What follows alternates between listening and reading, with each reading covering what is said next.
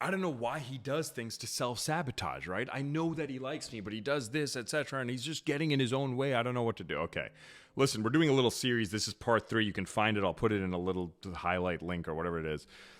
And what I saw essentially is a post. I think it was ChatGPT putting together these paradoxes in men that women essentially end up encountering, right? These contradictions within themselves that prevent them potentially from having good relationships, that cause them to self-sabotage, etc. And he gave some solutions. I don't know how I felt about them. It didn't really give solutions. So I'm going to free read these things in this little series, and I'm going to talk about these things because it also helps. As if you don't know, I'm looking for the love of my life. So this is me also talking to her. This is actually just all for me talking to her. I want you to learn because I exhibit some of these contradictions, right? And I'm going to talk about why they're not contradictions, because contradictions cannot exist.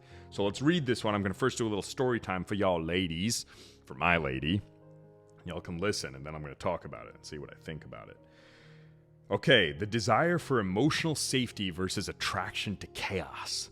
There's an inherent contradiction in men's desire for stability and peace in their romantic lives, while also being inexplicably drawn to chaotic, unpredictable situations and partners that stir them emotionally. Emotional safety. Many men profess to want a partner who is calm, collected, and emotionally secure. Someone who brings peace and balance to their lives.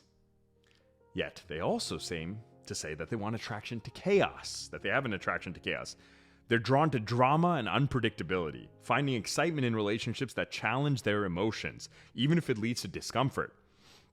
These men might claim to dislike the emotional upheaval, but repeatedly pursue partners or situations that provide it, mistaking the heightened emotions or conflict for passion. The paradox often leads to relationships where men vacillate between being settled and bored and being intrigued and overwhelmed. All right, this is actually a good one. I like this one because I can tie to a lot of these things. Let's keep this open here.